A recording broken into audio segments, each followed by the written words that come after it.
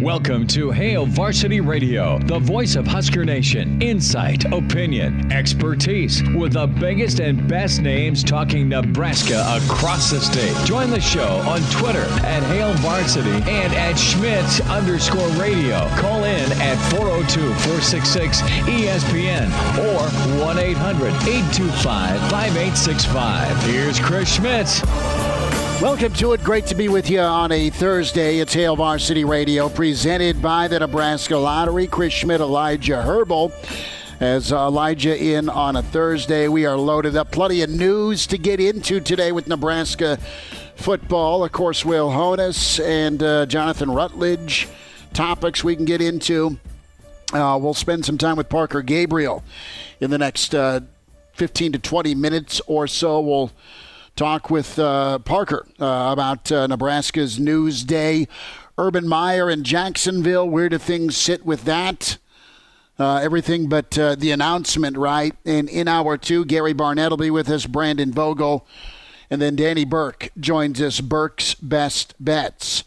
Can join us today at 466-3776, 466-3776, 800-825-5865. Numbers to get in. Can email Chris at hailvarsity.com and can find us on Twitter at Schmidt_radio, at Herbal Essence is where you can follow Elijah. So let's get to it. So doing the show from home today here at the Kitchen Island, we have let's just say we're the leader in the clubhouse with wind chimes out back because why not? I didn't buy them, nor did I decorate the backyard. It is brutal out, right? Wind-wise, with the wind advisory that's in existence. Had to make the executive decision to take down one of Mama's wind chimes. If she's listening, she will stomp upstairs here. Elijah, she is now through, I think, 470 episodes of Cobra Kai today, now that she's had a day to rest between nursing shifts. And so the over-under is 450 today. 450 for Cobra Kai episodes. We may or may not get rushed by a German Shepherd and an overweight Labradoodle. The fun could ensue. How are you back at the studio? Well, I need to make a confession. That's that I've watched like 3 episodes of Cobra Kai myself today. I liked the Karate Kid when I was little, and I thought that this show was going to be like goofy and for old people, and I wouldn't like it. And I've watched it, and it's got cheesy acting, but it just feels like the '80s again, because that's like the '80s movies all had was like their cheesy acting. It's beautiful. It's a great show. I'm through 2 whole seasons now. Okay, see, I saw the first couple, and I didn't pursue. Not that I disliked it, but with Johnny, and dude, he was the monster of all villains. When it comes to 80s movies, and just he was the blonde jerk in the Karate Kid movie. He was the a-hole in Back to School with Rodney Dangerfield, on the Chip on the swim team, I think, or Chaz or whatever the hell his name was. And then he was the boyfriend in National Lampoon's European Vacation. Who was, telling Clark that he liked his daughter thin, not fat. He didn't want her to go to France. So, real sensitive dude, and we revisit the 80s with Cobra Kai. So, I'm at the part where I just sat down this afternoon and caught Johnny trying to get one of the students to get out of his chair because he had a spinal injury. And he was dangling a nudie magazine in front of him with a fishing pole. That was class coaching right there, Elijah. I don't think I've gotten that far yet. Well, I just spoilers alert. Spoilers. Right.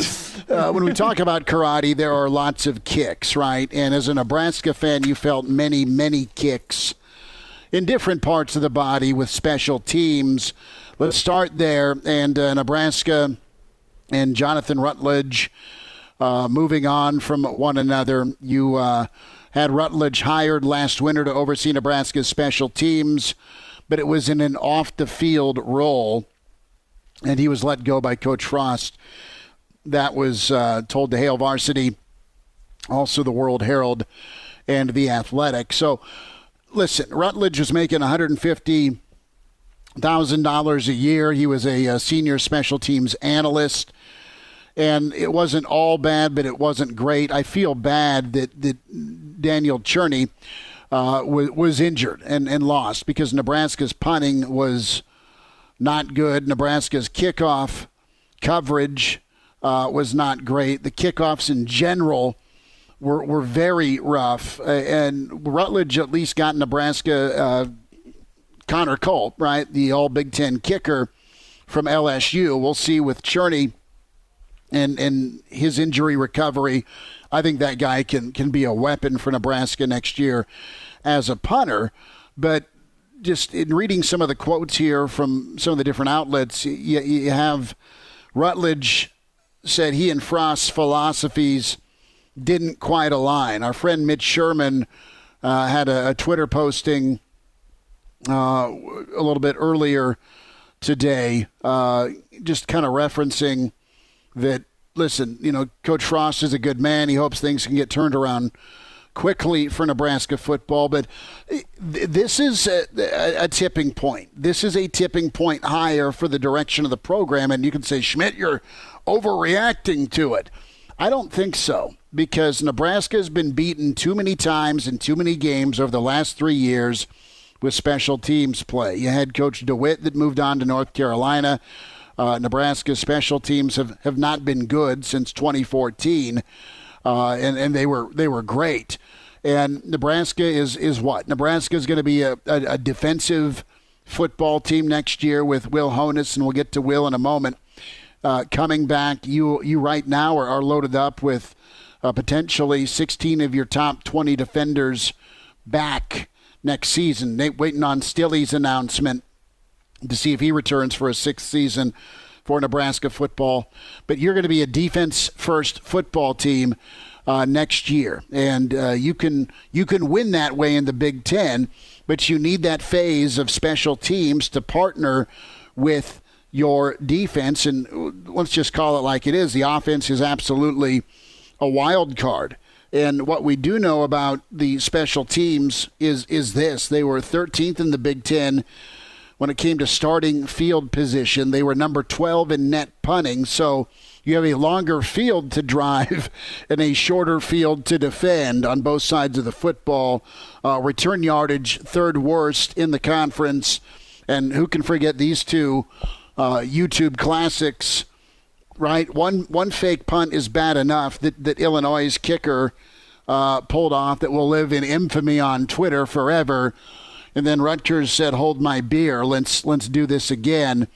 Nebraska's special teams really honestly helped win the Purdue game for them with the blocked punt.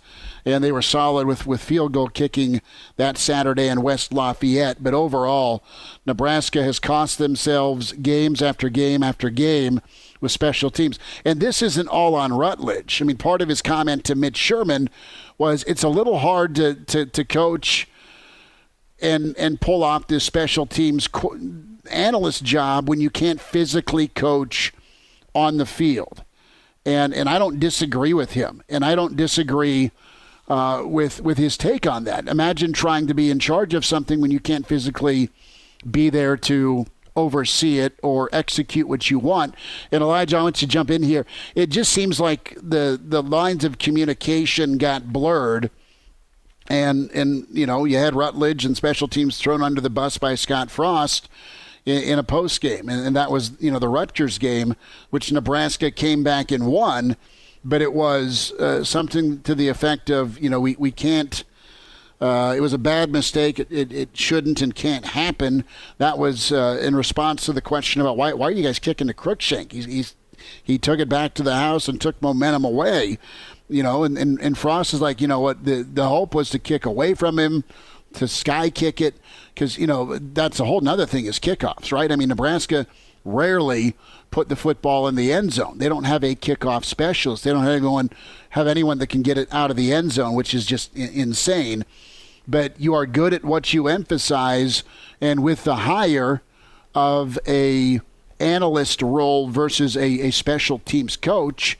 And listen, Dawson's been a special teams coordinator before. So the guy's quite capable and probably quite good at that. I mean, it sucks juggling 2 hats, but that's a lot of times what you do. It'd be really beneficial for college football staffs to get 11 full-time coaches. They're stuck with 10. So right now you need to invest in this. You made a hire last year. It's not that Rutledge didn't do well when he was at Auburn. It's not that he didn't bring some help to Nebraska. The performance wasn't there. And in Rutledge's defense, he wasn't able to do all of what he probably wanted to or could have done had he been a full-time assistant coach where he can be on the field. You got to emphasize the importance of this, and you got to either assign someone, or if there's a staff opening, and there could be staff openings on Nebraska, you need to go bring in a special teams guy, or look at what you have, Elijah, in a guy like Dawson, who's done it and done it pretty well before in his career. I hope Nebraska, if they make a hire, if a spot's open, I hope they consider the seriousness of it, and I think they will. But it's been, quite honestly, in 3 years at Nebraska, an afterthought, at least from an importance standpoint, and it's going to be vitally important next year if Nebraska wants to get to a bowl game. Yeah, I'm sure a lot of people at home can empathize with Rutledge, with their Zoom meetings they've been dealing with having to deal with all their meetings at home. And it's so much more difficult whenever it's not hands-on, whenever you're not there. It's hard to actually get the changes implemented that you want to get changed. The communication, I get that 100%. But at the end of the day, the special teams wasn't good enough this year. We talked about that a little bit yesterday when we talked about the 3 phases of the game. The defense we're expecting to be even better next year. And now you got to see a jump from the special teams, because you would think after last year you thought, okay, we need some overhaul of the special teams, and you get an analyst, and you think, well, maybe that's all they need. Maybe they just need an analyst. If this season showed us anything, it's that they need somebody down on the field working with the special teams.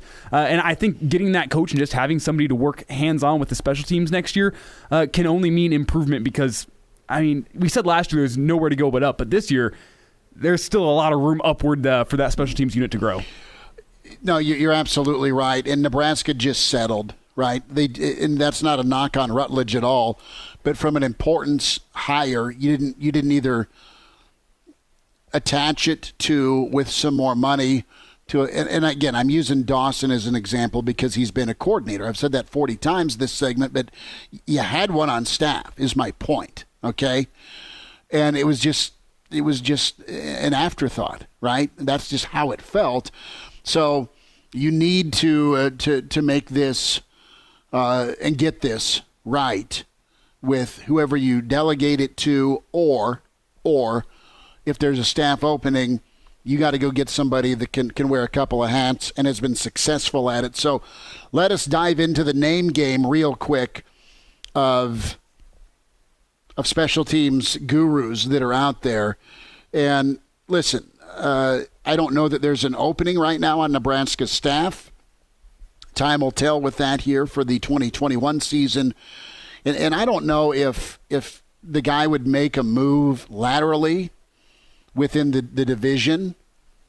But just doing some math on LeVar Woods at Iowa, Iowa's special teams with kickoff returns, punt returns, coverage, and getting the ball kicked out of the end zone. And oh, yeah, by the way, drilling field goals at the buzzer, not just on Black Friday, but against some pretty high-profile teams. Iowa has been killer, and LeVar Woods has been tremendous, and he's been on that staff for quite a while, and he was a GA from 08 to 11, and then he was the linebackers coach from 2012 through 2014. And then he went from linebackers coach to tight ends coach and special teams coordinator. So when I look at LeVar Woods, he was able to recruit Keegan Johnson. He has recruited the state of Nebraska before, specifically the Metro. I would say that he probably had his hands in some of the rural Nebraska kids that ended up over in Iowa. You have Epinesa, the stud defensive lineman. He was the lead recruiter on Epinesa. I'm sure that there's some sort of connection from an Iowa standpoint with Chin, because of Chin's time at Iowa. And there are a lot worse programs you can take from than Iowa. And you got to ask yourself, well, why the hell come to Nebraska if you're at Iowa? Well, is it a bleep show at Iowa with and they won a lot of ball games this year, so they clearly were fine on the field. but what's the mileage like with Coach Ferentz, and how much longer is he going to be there? Listen, this is all speculation on my part. If you're Woods, do you look to make a jump, maybe make some more money, and be a big-time difference maker with a place you're familiar with? The Ricky Brumfield, also a name that is pretty high level. Those are two non-Nebraska tie names, two names that you know and you hear a lot about when it comes to special teams. Is Bill Bush, that was a former Nebraska assistant, was here under Callahan, was really high level when he was at Utah with Urban Meyer, was with Ash at Rutgers, was at Wisconsin before that. So Bush has been a lot of spots, but Bush has recruited some major league talent. Prince Amukamara, Alex Smith to Utah, and was the lead man to get Joe Burrow out of Ohio State down to LSU. So Bill Bush has coached outside linebackers. He's coached safeties. He's been a special teams guru. Carlos Polk was a longtime NFL guy, Husker Hall of Famer and an All-American. He's been great in the NFL for special teams. He's been out of work with the staff change a year ago in Dallas. So those are two Huskers to think of. We'll talk with Parker Gabriel next. It's Hail Varsity on a Thursday. We're presented by the Nebraska Lottery. And we're back Fellas, think we could listen to the radio lesson? on Hail Varsity Radio, presented by the Nebraska Lottery. Yes! That's awesome! Thanks for hanging out. It's Hail Varsity Radio, presented by the Nebraska Lottery. Chris Schmidt, Elijah Herbal.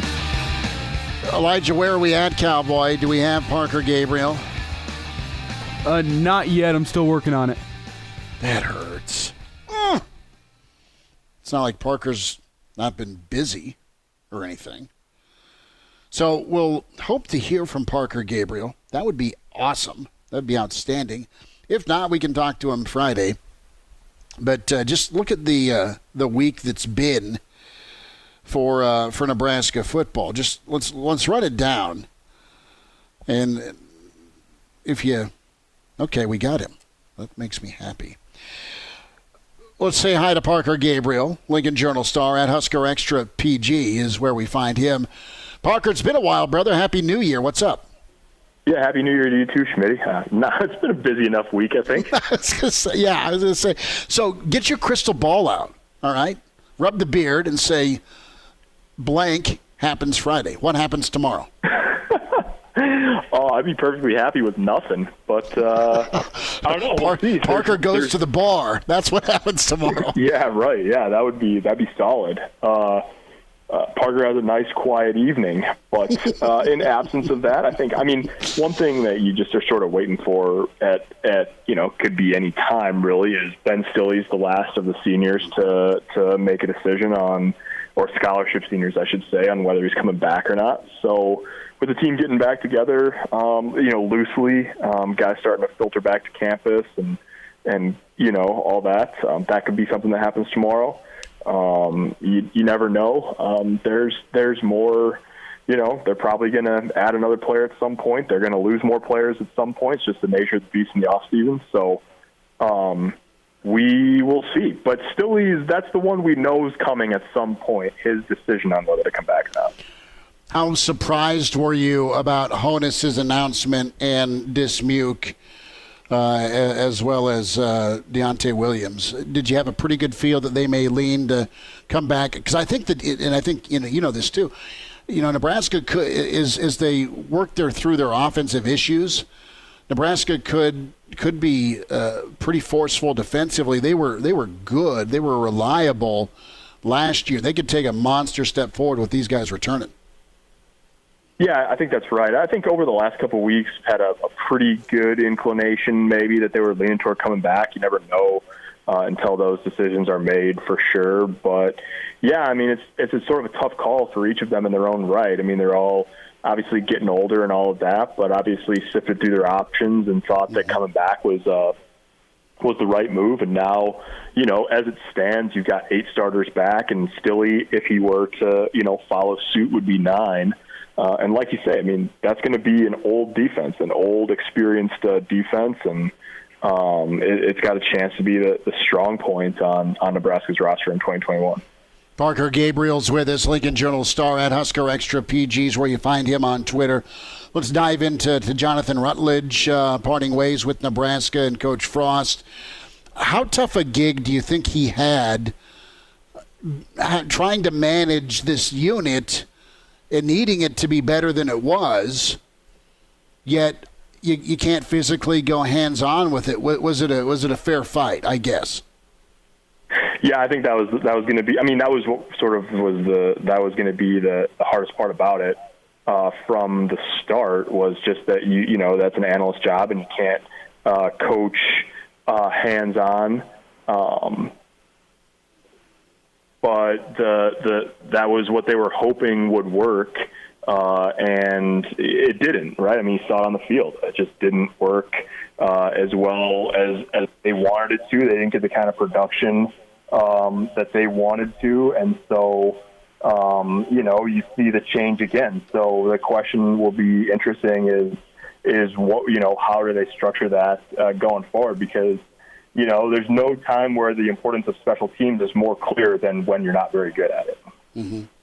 Parker Gabriel's with us here on Hail Varsity Radio. And Parker, I know this news is only a few hours old, so I don't expect you to have any inside information, but where do you think the Huskers do go here? Is it another analyst? Do they go for a full-time coach, or do you think maybe somebody from the current staff gets the upgrade to special teams coordinator? I mean, we kind of saw that the whole analyst thing didn't really work out this year.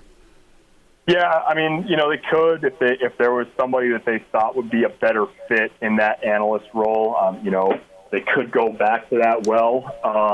Obviously, you have a maximum of 10 full-time assistant coaches, and so if you were going to bring in somebody new to coach the special teams, there would have to be an opening on the staff. Currently, there's not.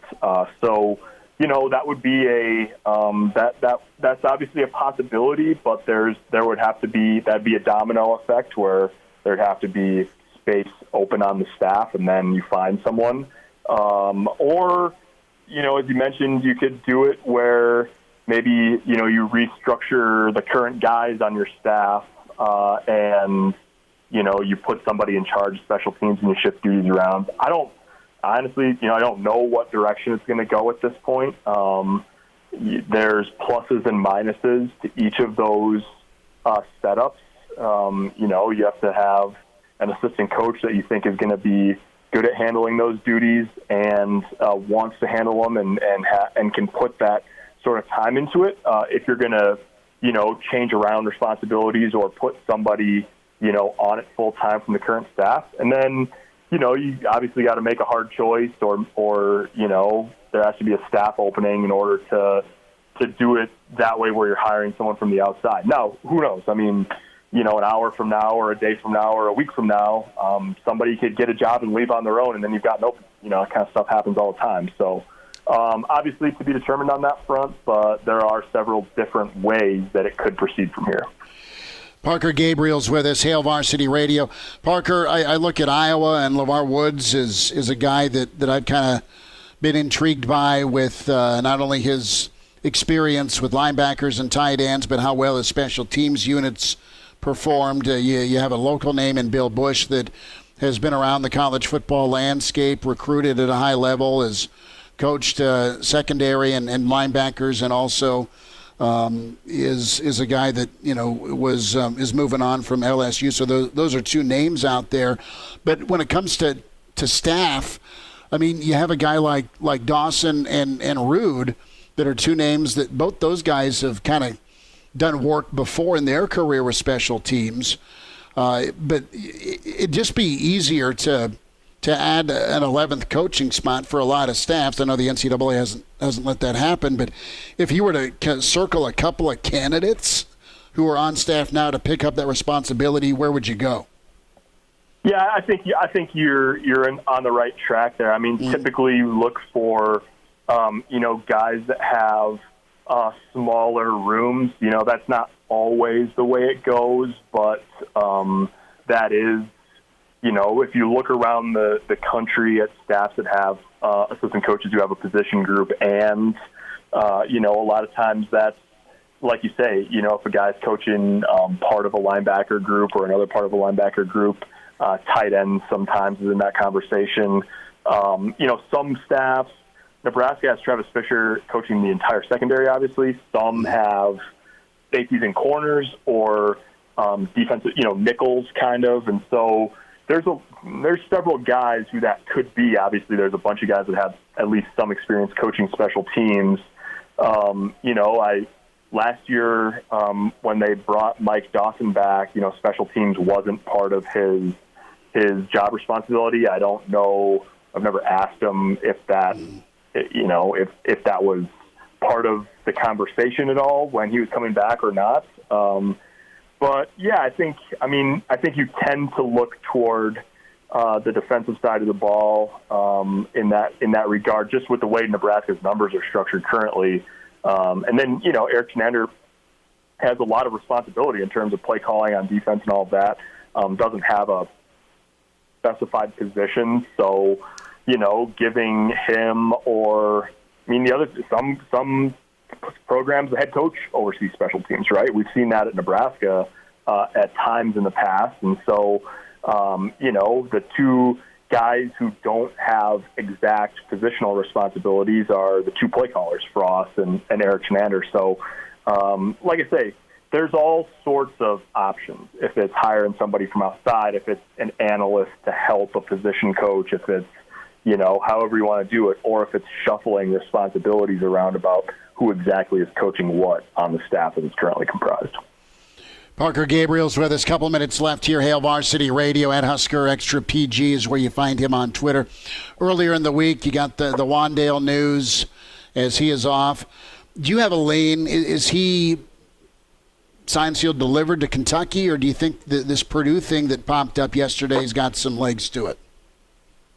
Yeah, I don't know. I mean, those obviously were two of the teams that came down eventually to Kentucky and Nebraska, but Purdue's always been a program that he's held in high regard and did through his recruitment because of Jeff Brom and because he's close friends with Rondale Moore, obviously, who had a big impact in his time at Purdue. And Brom, was with the Louisville connection, and that's where, Wandale's obviously from Kentucky, and he trained at that gym in Louisville and all of that. And so I don't think you can totally count it out. I haven't been asking much since he left, but You've been busy. I guess my gut would say that Kentucky would still be the favorite. But, the other thing that happens with a guy like Wandale, who, players with that level of production, they hit the portal sometimes, but not all that often. And so the other thing is, you don't know who else has jumped into the conversation. And I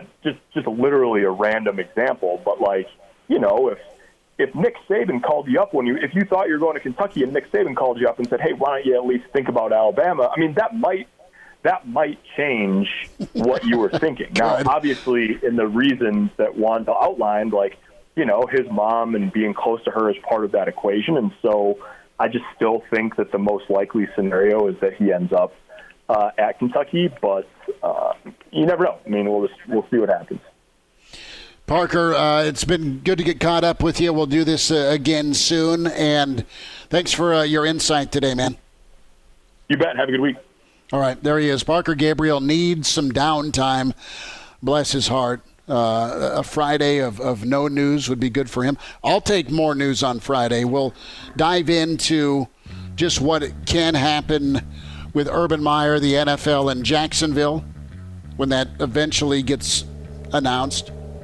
Gary Barnett's coming up here in 20 minutes. Brandon Vogel, Pride of Chicago. Danny Burke, Burke's Best Bets. He'll preview your NFL playoff weekend. This is Hail Varsity Radio. We're presented by the Nebraska Lottery.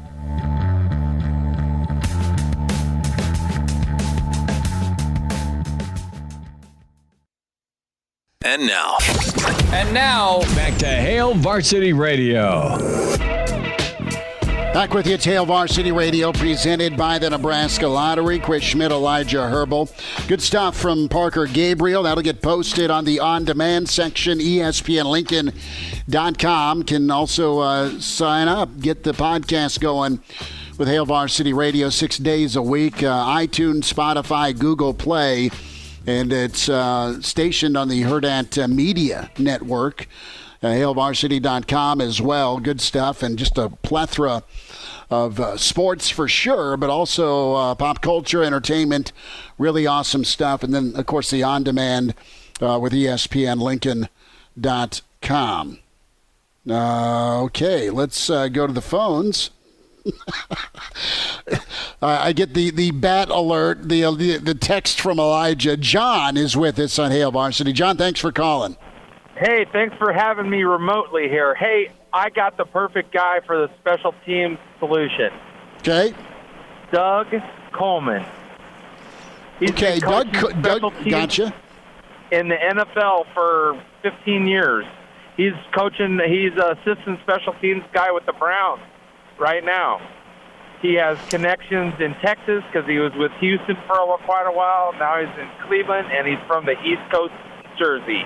He would be perfect. So you're saying go mine. Doug Coleman was a phenomenal linebacker, number 46. All he did was make tackles. All he did was make plays, and then was in the NFL for a number of years. I love Doug Coleman. I like Carlos Polk. I like Bill Bush. I really like LeVar Woods from Iowa. Bob Leschewski from Illinois is a name. That's, of course, if something opens up. Here's my question to you, John.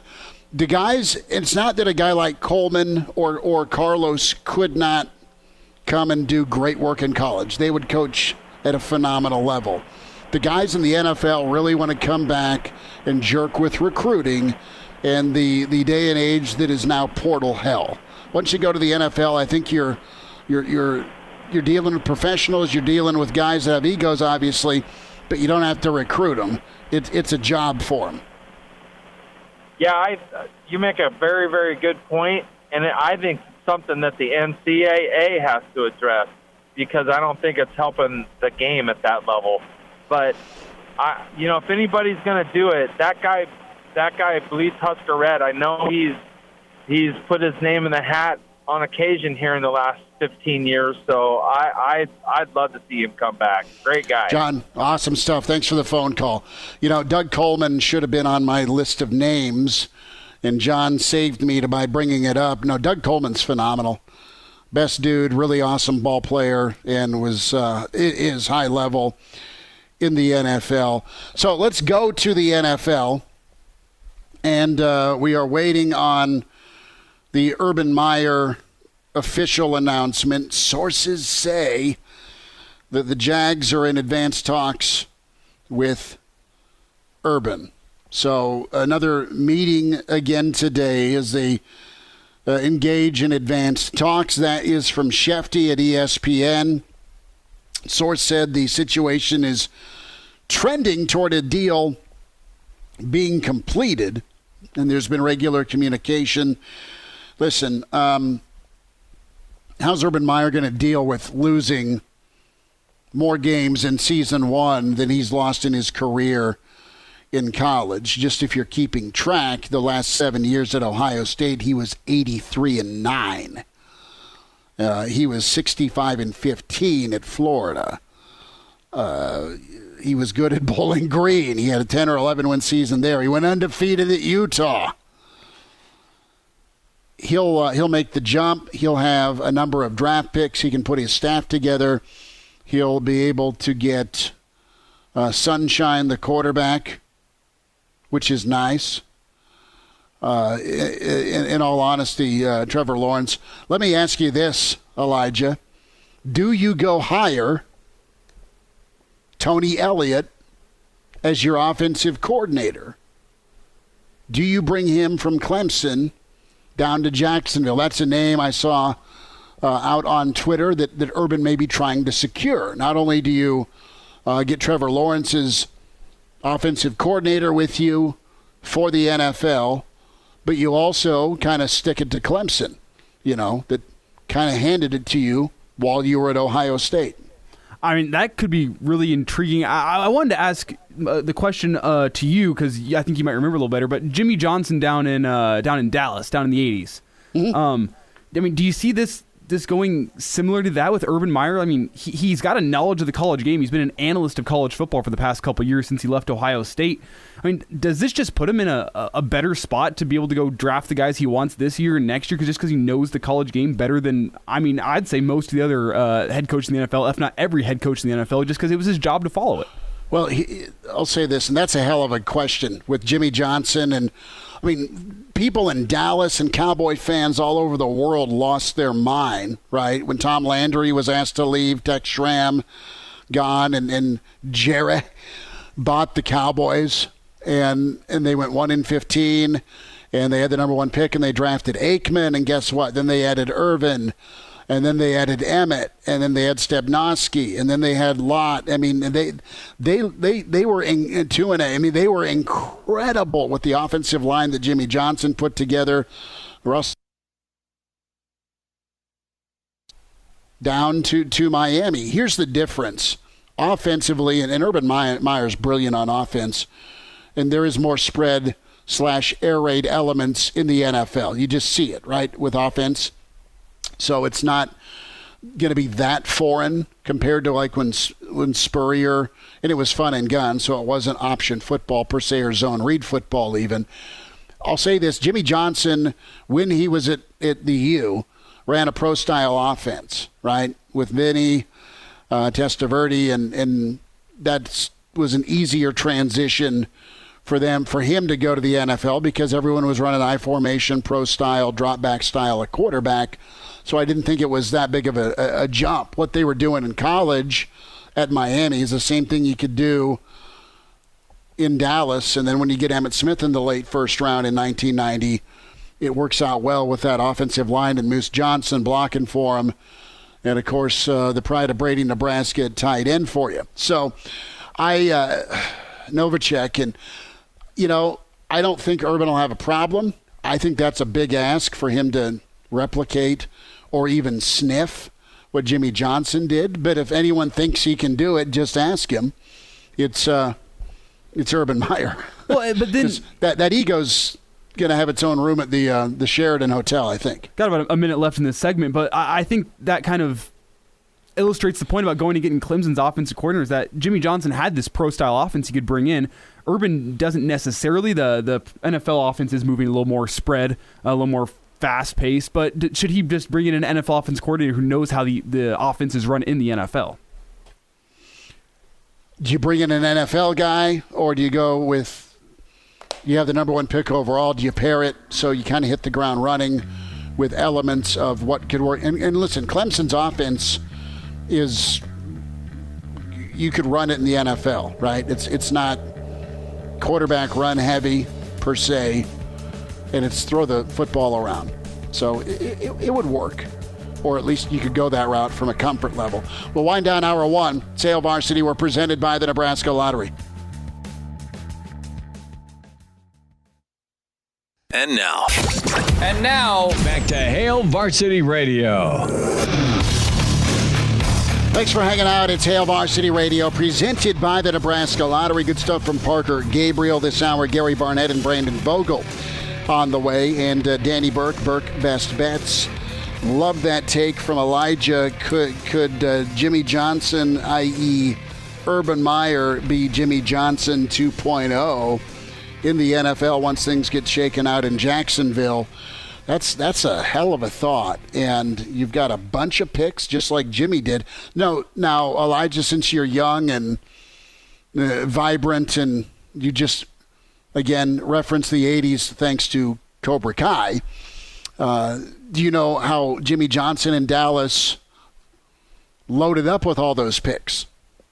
It was trading away one of the running backs. I can't remember. The Herschel Walker. Herschel Walker was the one. The only name that's coming to mind was Emmitt Smith. I'm like, I know Emmitt Smith was after that, though. Yeah.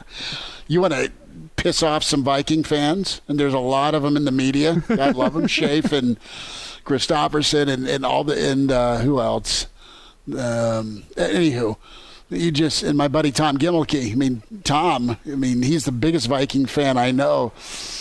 Anytime you get a pet or you just pimp him and say, yeah, you just throw the name Herschel out wherever you can. Yeah, Herschel. Vikings got Herschel and gave away 7,000 picks. It turned out to be Emmett Smith and some Pro Bowl Hall of Fame linemen. And, yeah. Now, Herschel did score on a kickoff return the first time he touched the ball for the Vikings.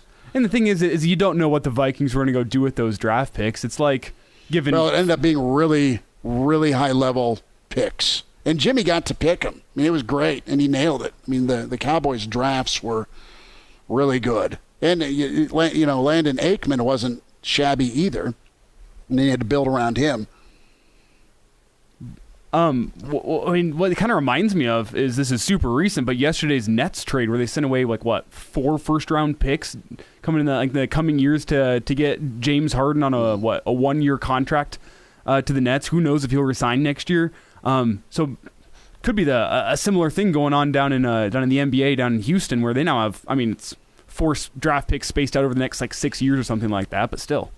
We'll talk to Bill Dolman tomorrow, the pride of Fairbury, on his birthday. Bill was a TV analyst for the Rockets for 4 years when Harden was there. And, yeah, I'm anxious to get Bill's take on just what can happen with the Rockets, where they go.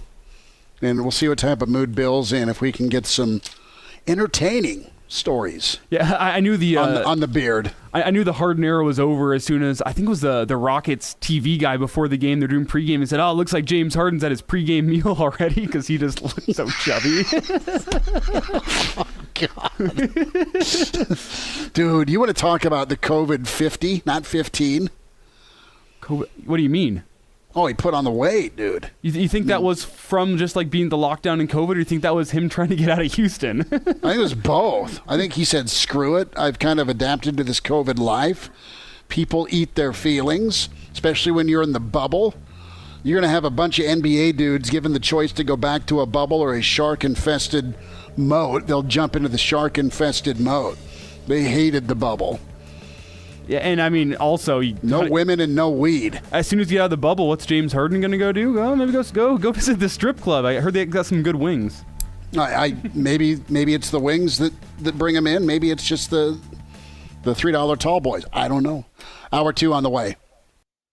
Welcome to Hail Varsity Radio, the voice of Husker Nation. Insight, opinion, expertise, with the biggest and best names talking Nebraska across the state. Join the show on Twitter at Hail Varsity and at Schmidt_radio. Call in at 402-466-ESPN or 1-800-825-5865. Here's Chris Schmidt.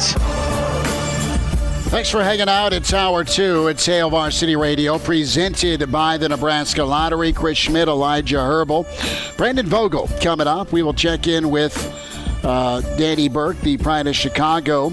He'll join us, and we welcome in the Hall of Fame coach with Colorado and Northwestern. And I also believe there's a Hall of Fame with Missouri football. We say hi to Gary Barnett. Coach, it's 55-mile-per-hour wind gusts here and blizzard warning on the horizon. Please rub it in our face. What's your temperature like? Well, it's 73 here, Chris, and I'm getting an emergency 9 in here. There's no wind, and I haven't seen a cloud for 2 days. So, but other than that, it's just okay. How is that emergency 9 going? I think I'm even right now, so it's going okay. I'll take a hole off here, and I'll have to catch up on the last one. Well, that's nice of you. We could have reconfigured. So we are talking live to Gary Barnett during his round. Well, this is a 500-yard par 4. I don't want to play it anyway.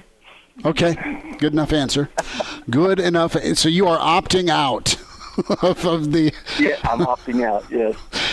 Well, there's been a lot of news in Nebraska and a lot of college football to get to. What's your takeaway with the transfer of Wan'Dale Robinson? You had a chance to watch him a little bit while he was at Nebraska. He is off to possibly or likely Kentucky. But what's that like, or did you even have to experience it? Did you ever have your best offensive player or perceived best offensive player leave your program on you? Well, when we ran into a little scandalous year in 04-05, we had a couple guys leave, but not very many. And we didn't have very many guys ever leave. We didn't have them leave Northwestern, and we didn't have very many leave Colorado. But, and it wasn't nearly often and prevalent as it is now. There wasn't the opportunity. There was no portal. So nobody had an out. And most parents didn't want their son to leave. They wanted him to stick it out. And, they made a commitment. And as long as we had upheld our end of the commitment, then, parents usually backed us in most of those things. Darnell Autry tried to transfer twice and at Northwestern. And, the first time his dad just said, please don't do this. And the second time, the players sort of talked him out of it. So it happens, and it's just part of football. And it's going to be a big part of football, I think, in the next 2 years, Chris, because a lot of student athletes are picking schools based on a virtual tour of the school and virtual meeting with teammates. They never have a chance to meet the players they're going to play with. They don't really get a chance to see, most of them anyway, see where they're going to play. And so they're going to get there in a year or this fall, and they're going to go, whoa, I don't think this is quite what I signed up for. And you're going to see a lot more guys going to portal. And all these coaches now they're hiring guys to just recruit from the portal. And it's a completely different deal now.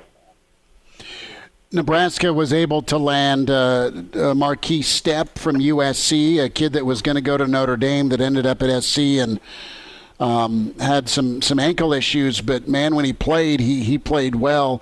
Did he get on your radar at all? Do you remember him at SC? And if so, what'd you think? What was his name? Marquise Stepp, their running back. No, he wasn't on the radar for us. Well, he was 6 foot, 230 pounds. He's kind of the thumper back for SC, but they didn't run it a lot this year. And I know you guys ended up having to miss SC due to COVID this year, but I was just wondering. So let's get into special teams, Coach. And we've talked a lot about special teams. Gary Barnett's with us. Nebraska parting ways today with Johnathan Rutledge, Nebraska's special team analyst. And you can only have 10 coaches on staff. So right now there are no openings on Nebraska's staff. We'll see if that remains to be seen. That said, what would you have done? The position that coaches are in now, would you look at an analyst to run special teams? That was very difficult in a couple of interviews I've read with Johnathan Rutledge. You can't physically coach. You got to coach the coaches. Or would you delegate it to a position group, or as a head coach / defensive coordinator, would you take it upon yourself? What's the best route? Because it's vitally important, and Nebraska's struggled with it the last couple of years. Yeah, my philosophy was, there's a couple guys that agree with my philosophy out there, but I thought the head coach should run special teams. And then what I would do is I would assign various coaches on my staff who didn't have necessarily an assignment, give them the responsibility of, say, I gave Brian Gabriel the punt return, and I gave someone else the punt. But I was the head coach of the special teams. And so you did two things. One, when the head coach is involved with every special teams, let me tell you, everybody just pays a little more attention. And the second thing is I gave coaches a chance for responsibility, and I could see how they would respond to it. Now, I think you would have to have some of the work of an analyst, but if you're going to turn it over to one of your guys, they need to do that work themselves, and there's time to do it. There is. There's they can do that. They can coach their position and still do one special teams unit. And what else it does, and no one really believes me when I tell him this. But do you know that most of your assistant coaches do not know all the names of your players? That would make sense. When I say that, people go, "You're kidding," and I swear it's true. And so one of the things it does, it gets those position coaches around other guys on your team that play other positions. And so there was a method to my madness, but it was very successful, I felt, as we went through it. Now, the press did not like it because they always wanted to, when something went wrong with the special teams, they wanted me to blame them, to blame that person. And since I was the guy, I took the blame. So Coach, they wanted me to give it to someone else. You there? Hello? Chris, we got you? Chris, we lost you for a second. Yeah, we're here. Yeah. Okay, so you lost me. That's great. I interrupted you, Coach. So did everybody hear what he said but me? Yeah. Gary Barnett's with us on Hail Varsity Radio. Coach, with that ability to be, what was your personality like? I'm sorry, could you repeat that? I said, what was your personality like, Coach, with other coaches and with the players? Were you just kind of matter of fact? Were you intense? Were you soft-spoken? How did you command not only your kids but your staff?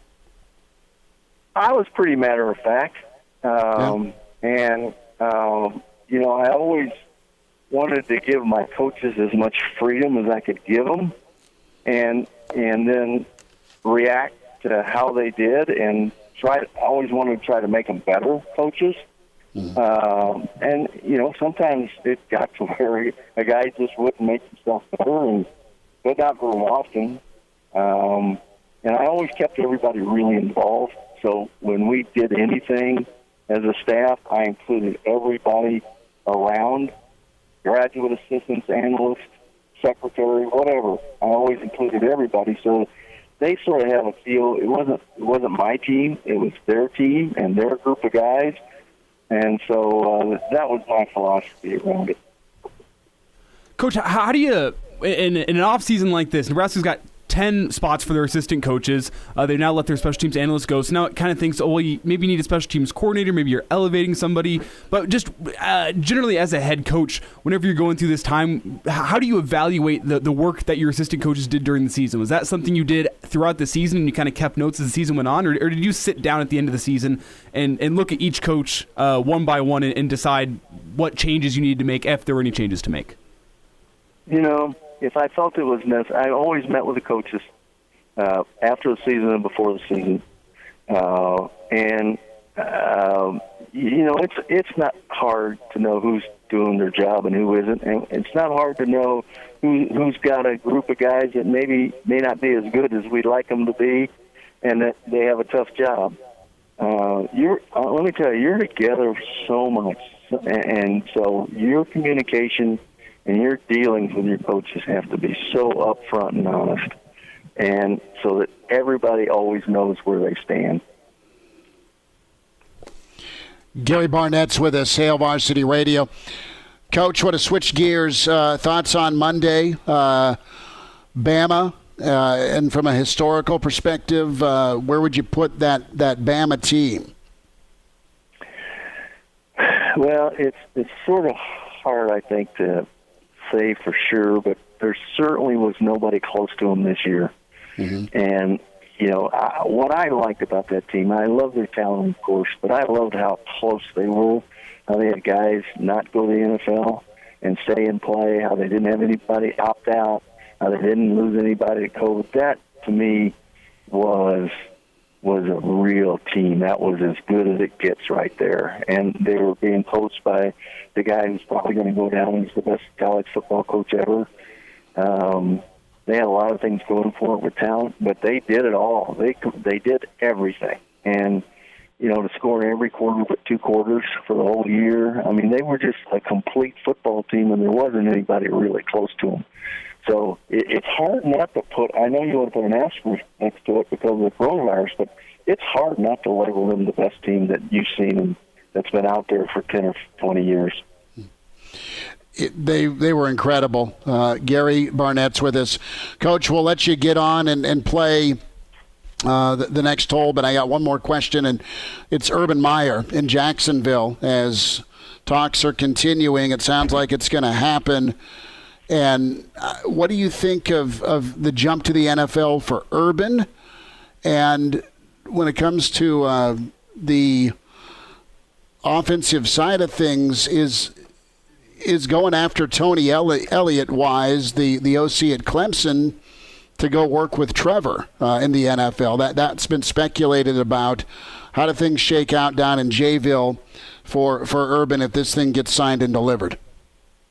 Well, I think it will get signed and delivered. And secondly, I think if you're ever going to go in the NFL, that's the perfect place to go because, first of all, you get 11 draft picks this year. Mm-hmm. Secondly, you get the number one draft pick, which means you pick your quarterback, and you now start creating your culture, and you have total control. That's the hardest part about a college coach going into the NFL is they don't have nearly the control that they have in college. And Urban's a control freak. We all are control freaks. But he's got a chance now to run a collegiate organization and operation from the standpoint of control in the NFL. And he's not going to get 10 or 11 number one draft choices like he might have at Ohio State. He's only going to get one, but it's okay. So I think it's the perfect time for him to go in there. He's not going to have to worry about grades and transfer portals and all that sort of stuff. I think getting Tony Elliott's a great idea if he can do it because he's going to get Trevor, I'm sure. And it's interesting to see if he takes Trevor or Justin. So, and I'm sure he's going to take Trevor. I just think he's the number one guy. I actually think Zach Wilson's the number two guy. But, I think it's the perfect time for him. Last thought, why did you think Jimmy Johnson would work? And Elijah had a great point last hour of, Jimmy Johnson loading up with draft picks, having the number one pick overall like Dallas did when he took over. Jimmy was in college when you were at Colorado. He was at Oklahoma State, obviously, and then Miami. Is there some parallels here, or is it just way off? Yeah, I mean, you could draw some parallels. But having all those draft choices gets you a chance to build it the way you want it. And I assume Jimmy had a lot of control there in Miami. And I think that I know that Urban's going to have a lot of control. So, yeah, probably a decent analogy, comparison. Yeah, go get some more Skittles, Coach. Take that right. Take that next hole. All right. Talk to you, Chris. Take care. Appreciate him. Gary Barnett taking off a par 5 to do a radio interview. No, not a par 5. It was a par 4. He said 500-yard par 4, so he said he wanted to avoid it. Okay. I am sorry about the chirping there. I don't know why I dropped out. I'm plugged in here, so thanks to him and you for navigating that. Yeah, you started on your question, and I was like, it's going to be a good one, and then you dropped down. I was like, do I jump in here and just try to see what Chris was going for this question, or maybe he comes back? But you came back, and I thought that was a great interview. It's good to hear from him. He's the best, man. Coach Barnett's awesome. Good for him golfing. 73 and no clouds in the sky. I love doing the weather update with Coach Barnett. Good stuff on Urban. Good stuff on special teams. Your demeanor. Really good interview with Rutledge from Mitch Sherman on The Athletic. You want to check that out. We'll talk to Brandon Vogel next from Hail Varsity. And now, back to Hail Varsity Radio. Thanks for hanging out. It's Hail Varsity Radio, presented by the Nebraska Lottery. Chris Schmidt, Elijah Herbal. Great stuff from Gary Barnett. That'll be on demand, ESPNLincoln.com. Also, get the entire podcast for Hail Varsity Radio 6 days a week on the Hurrdat podcast platform. One of my favorite podcasters and, of course, writers and managing editor and author with John Cook. Dream Like a Champion, the book you can pick up, hardback or paperback. Brandon Vogel with us at Brandon L. Vogel. Vogues, what's up, man? Been a crazy busy week. How are you? Doing pretty well. It has been a crazy week. I kind of expected it to be a January like this, I thought, but didn't know if it was all going to come in an avalanche, which is kind of what we got this week. Well, if you can avoid being swept up in the avalanche, that's great. I'm wondering here. Let's start with special teams. Like there's a pecking order we've got to get through. Special teams is Nebraska. Okay, Nebraska's brought one guy, that was DeWitt, with them, and it was to and through with that. Okay, then you go hire an analyst, didn't work, and you have Rutledge saying, "Look, different philosophies." Right? We've seen that quote, and Rutledge is a pretty high energy, in your face kind of guy. And he's moving on, and there was not performance. Now, had Churney not gotten hurt, maybe the punting's better, but long and short, your return game wasn't good, and it's hard to be hands off with this. Do you think Nebraska is going to make the same? And I'm not calling Rutledge a mistake, but the expecting the analyst to be the answer for special teams was. Did they learn from that, or do they go back that route, or do you think they assign it somewhere else on staff, or God forbid there's a staff change or move? Do they go hire some of the names that have been floating out there? Where A, B, or C? What door are you picking? Yeah, it's hard to say, specifically with bringing in an analyst, which I remember around this time last year when that happened. And then Derek Peterson's done a good job of writing about it more recently. Like Rutledge's career track really was kind of a 2-year flip, and it was remarkably consistent no matter where he went. Whereas teams got a little bit better, special teams got a little bit better in that year one, and then took a big jump in year two. And for Nebraska to kind of pull the plug, as there's no guarantee that was going to happen again. It was just kind of the trajectory. So for Nebraska to pull the plug that early. More than, because I think Nebraska's special teams got a little bit better in a couple of spots. There were still some high-profile spots where you just wondered, like, is this how Rutledge would do it if he were a full-time coach? Like, if he had total control, if he could be on the field, all that stuff. Honestly, my first thought at today's news was thinking, I was like, does that mean does that mean someone else is close to making a move? And I don't know. It was just a guess, but it was the first thing because I don't think just reassigning that feels like the right solution for what they need to do and where they need to go. So is it a matter of they feel like they might have an opening where they have to go look at somebody, or they already are vetting people where part of those duties include special teams? That almost seems, so I guess that's door C. Seems like the most likely option, but I just don't know. We've gotten no indication that anything like that's coming to this point. Brandon Vogel with us here on Hail Varsity Radio. And Brandon, obviously the Johnathan Rutledge news was huge today, but it wasn't even the big news, or the biggest news of the day relating to the team, because a name we've all been waiting to hear from, Will Honus, indicated that he's going to be back for another year next year for the Huskers. What do you make of what that means for the defense and for the inside backers next year? Yeah, pretty big. He was, out of all of the 4 seniors that have announced they're coming back, and all 4 have been on defense, which is perhaps notable in itself. He was the one that I thought was maybe the most likely. So just because of kind of, missing that year, and, Will Honus really bet on himself going to JUCO straight out of high school, and it paid off with that Nebraska offer. And then he got hurt right away and wasn't able to he just lost a year there. And so even though he's been in college for a while, being able to make that up, I think being able to build on the progress that he's made so far is a pretty big deal. I mean, if you just look at this from a statistical standpoint, which is how I start looking at it as I start putting together things for the yearbook in terms of returning production, all 4 of Nebraska's leading tacklers this year were seniors. All 4 had the option to come back through this crazy circumstance, and now all 4 of them are. So there's no way that's a bad thing. I think there'll still be some pretty fierce competition at a couple of those spots, maybe particularly at safety. And that's good.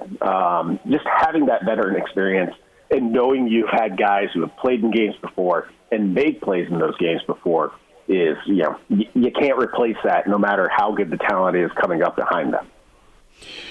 Vogues, as you look at different teams around the West, and three really stick out to me, Wisconsin and Iowa and Northwestern, they are so buttoned up with their special teams. It is good for a win or two per season in a close ball game. They are all three of those programs do it well, and if they lose, it's probably to one another, right, in a close ball game.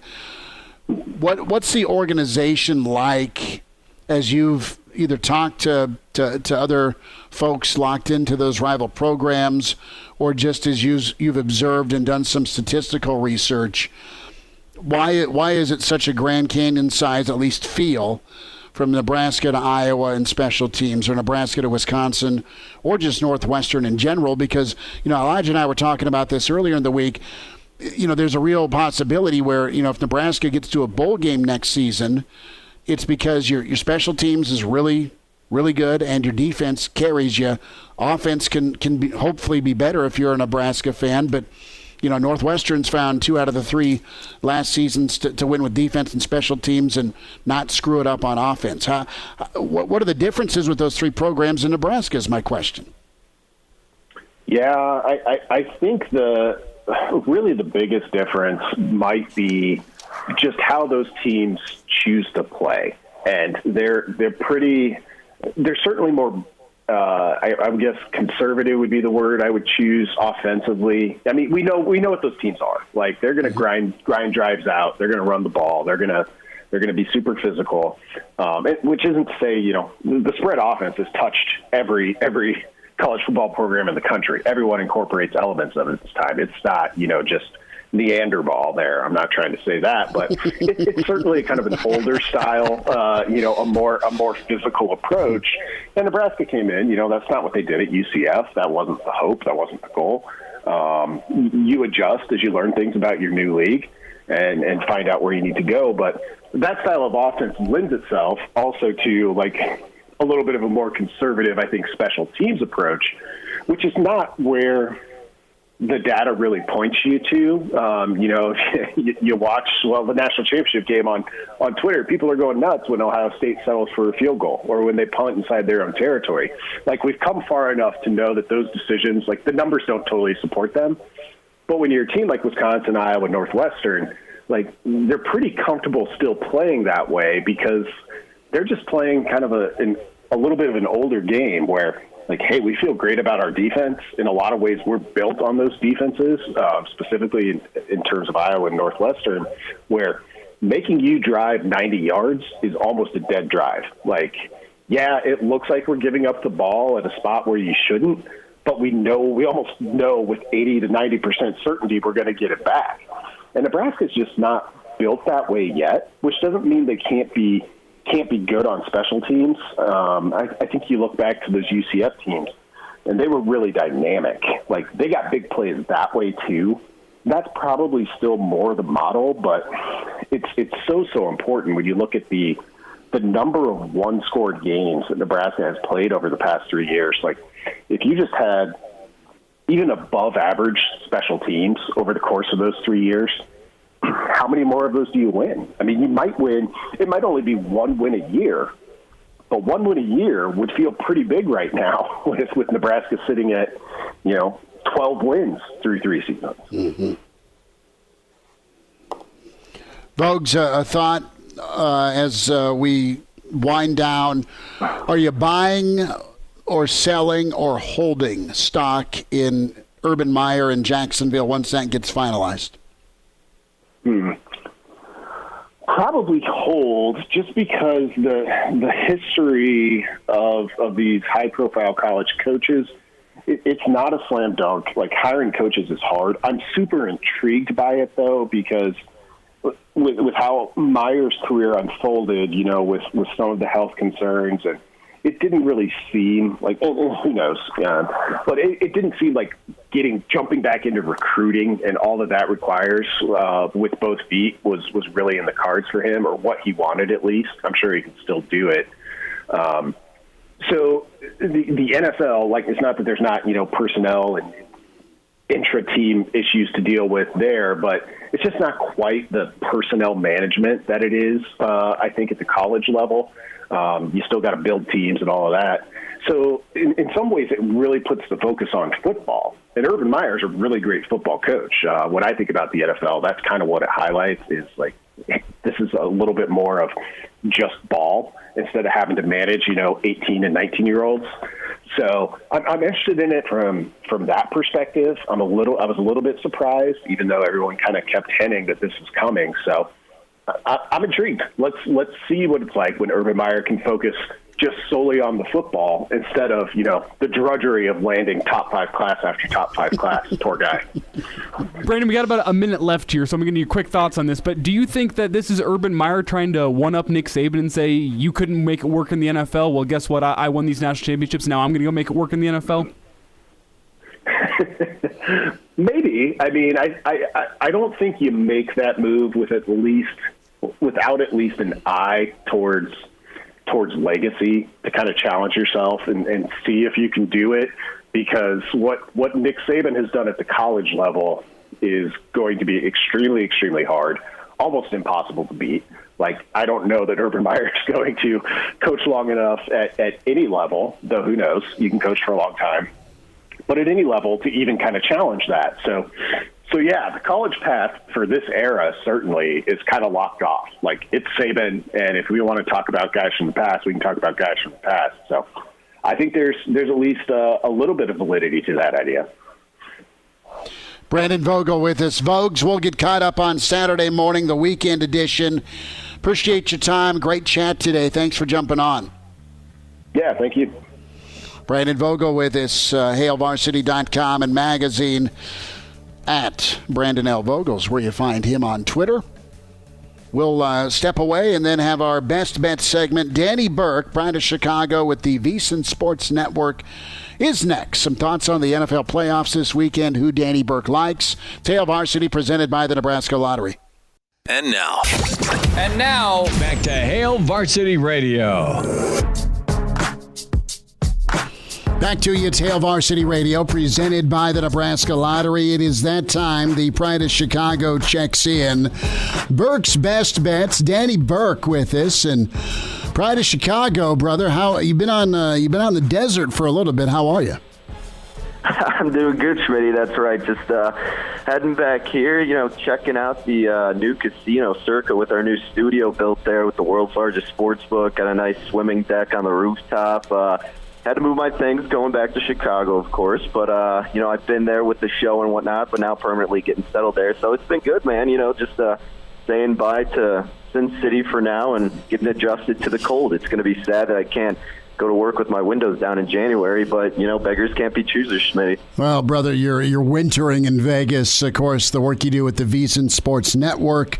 At Danny Burke 5 on Twitter is where you find him. Your nightly show in Chicago, Rush Hour, and awesome success.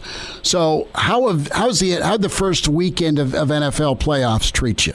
It was up and down, because the one bet I had on just the game straight up, I did a teaser, and I was teasing down the Bills and teasing down the Bucks. Now, I love to talk about teasers, not only on my show, but I've done it plenty of times throughout your show. And usually the spots that are historically successful, you do home favorites of just over 7 points, so you tease them down through the key numbers of 7 and 3, and then either home or road dogs of about +1.5 to +2.5.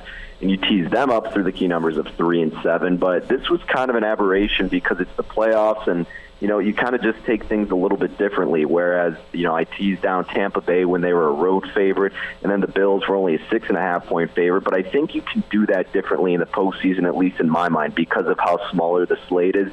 You got to take advantage of the opportunities when you see them. So that's the teaser that I did.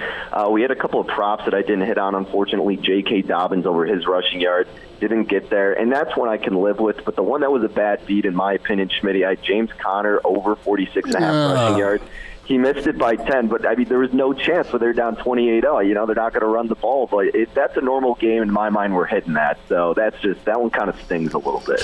You're not kidding.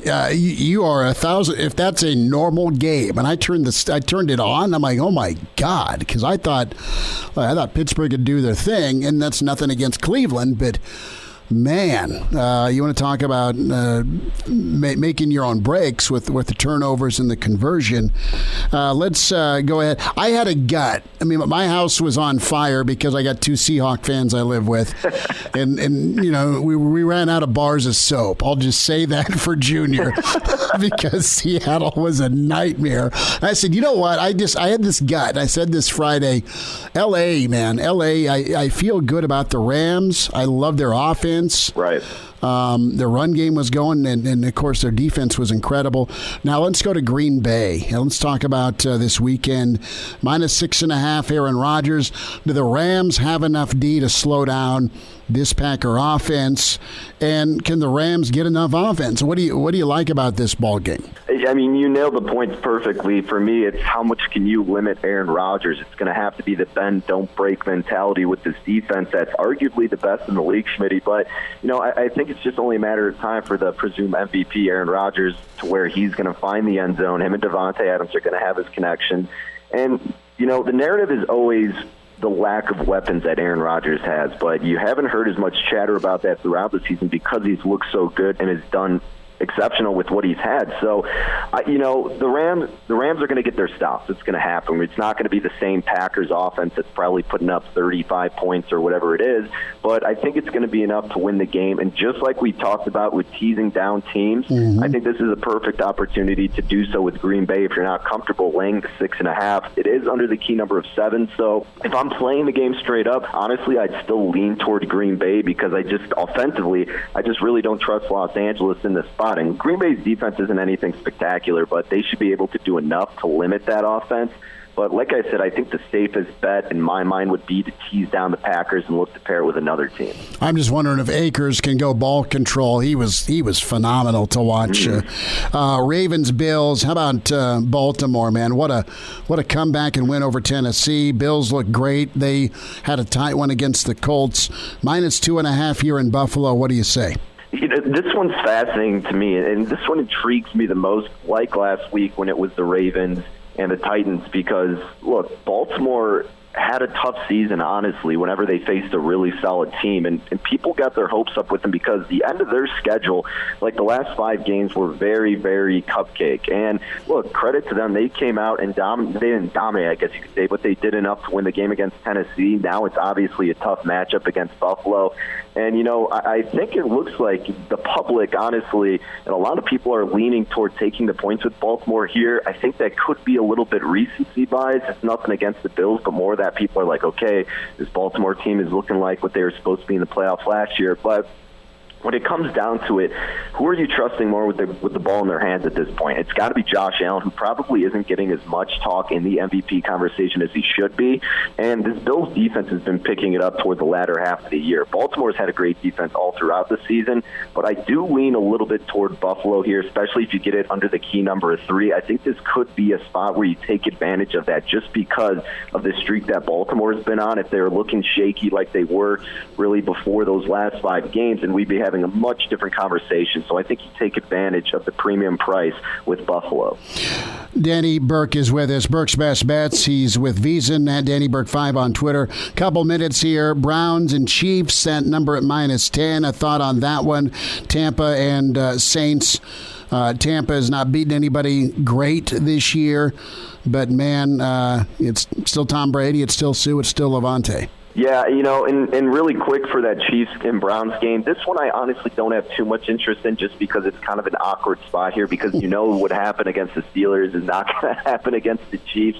And the Browns have dealt with so much adversity this season, so it's really hard to handicap. But at the same time, the Chiefs really haven't dominated any team except for the Ravens early on. So, you know, to lay 10, especially in the postseason with this Chiefs team, that's a tough call. So I think I lean a little bit toward Cleveland.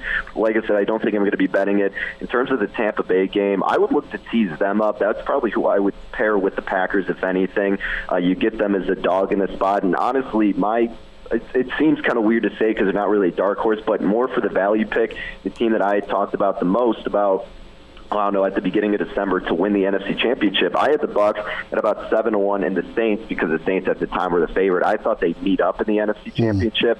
But look, this Tampa Bay team overall is probably built the best, in my opinion. It's just, what coaching are you going to get from Arians, and can that offense get going immediately? If we see the same offense that took advantage of a great defense in Washington, I think Tampa Bay has a great shot to win this one outright. So I would tease them up to pair it with the Packers, would also take the points, and obviously consider sprinkling a little bit on the money line, because I think Tampa Bay is the overall better team. Danny Burke's with us, Hail Varsity Radio, Burke's Best Bets with VSiN and Danny Burke 5, his show Rush Hour, weeknights across the country. Danny, about 15 seconds. Did you clean up on Bama? You know, Schmitty, originally I had to represent for the Big Ten, so I just put a little bit on Ohio State. Nothing too significant because I didn't have that greatest feel, but I did take a little in-game action on the Crimson Tide when it was pretty evident what was going to happen. Yeah, and the overs were beautiful, as they say, so good enough. Danny Burke is with us, Burke's Best Bets. Follow him on Twitter at Danny Burke 5, his show Rush Hour on VSiN and the iHeart Media app. Danny, be good. We'll talk to you soon. Thanks for the time. Thank you, Schmitty. Talk soon. Miss us? Come here, brother. Give me a hug. Bring it in for the real thing. We're on call for you. Catch the podcast at hailvarsity.com, the ESPN Lincoln app, or download them on iTunes. Saddle up, partner. Back to Hail Varsity Radio. One final time, and just a heads-up blizzard warning for Lancaster County and a number of spots in eastern Nebraska. How's that grab you? Elijah, you like scraping the windshield? No. I have become the de facto shoveler around my house, and that anytime it snows, I will be the one stuck out shoveling the sidewalks and the driveway. But it's okay because I usually will get off dish duty for the night, so... See, that's pretty good. Now, do you have to police it, or is everybody good about being an adult, even though you're young adults, and just handling your business? Or do you have to kind of harp on somebody? My former roommates, we kicked 2 out because they weren't very good about it. But now it's just 3 of us living at our place now. And so you kicked 2 guys out just because they were dudes? Well, sloppy? One of them was really sloppy, and then the other one... just kept on bringing his girlfriend around. We weren't like, it wasn't that we disliked her, but it was just she wasn't paying rent and she was always there, and we're like, all right, man, it's pick the girlfriend or pick your roommates. And I mean, he probably made the right choice and picked his girlfriend.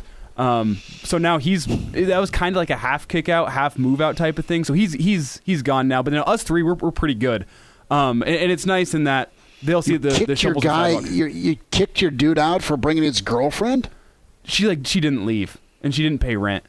Like, I mean, I'd come home. Was she okay to have around or not? Oh, she wasn't bad. No, it was just like every time I came home, I was like, "Oh, you're here? Why are you here? Like, your boyfriend's not even here. Like, none of the other roommates are here. You're alone in this house." She was chilling in the house, with no one around. And then it reached a point where just like, it's getting a little uncomfortable here. Like, I don't like walking in expecting like an empty house, and then there's just some girl sitting in the living room, and like, I mean. Still talk to her, we're still friends, but like I didn't want her to be my roommate. Gotcha. Elijah Herbal, iron-fisted landlord. Let's get you an update here with buckling up. You're going to need to do it with the weather that's looming, but you need to do it anyway. Nearly 70% of people in fatal crashes in Nebraska are not wearing seatbelts. If used properly, a seatbelt can reduce the risk of fatal injury by up to 60%. Your best defense in any crash. Buckling up, brought to you by the Nebraska Department of Highway Safety Office. Are you in tonight for the Southwest game? You know I'm in tonight for the Southwest game. And then tomorrow I'm on KFOR with you, I think, again. For Southeast and Grand Island. So, yes, me and Coach Jeff Smith will have the call tonight with Fremont and Southwest at 7:20 pregame. One score we did not predict on Best Bets. Juniors Y-ball team absolutely annihilated the kids they played last Saturday. Our dear friend Jill, Jaybird's wife, Facebook Lived it because only one parent can go. And, they were up at 1 point 40-2. So Juniors team covered last week. We're tentatively setting the line at YMCA 8th grade basketball for this Saturday at minus 21.5. If I remember anything from my 1 year playing YMCA basketball, which I think was 7th grade or 8th grade or something like that, is that every single week is a new opponent. Every single week you're going to have an opponent that's a lot different than the week before. So give Junior my well wishes on his game this weekend. I said hi to him as he came up the stairs. He said, do your job. Back at you tomorrow at 4. Thanks. Basketball later at 7:20.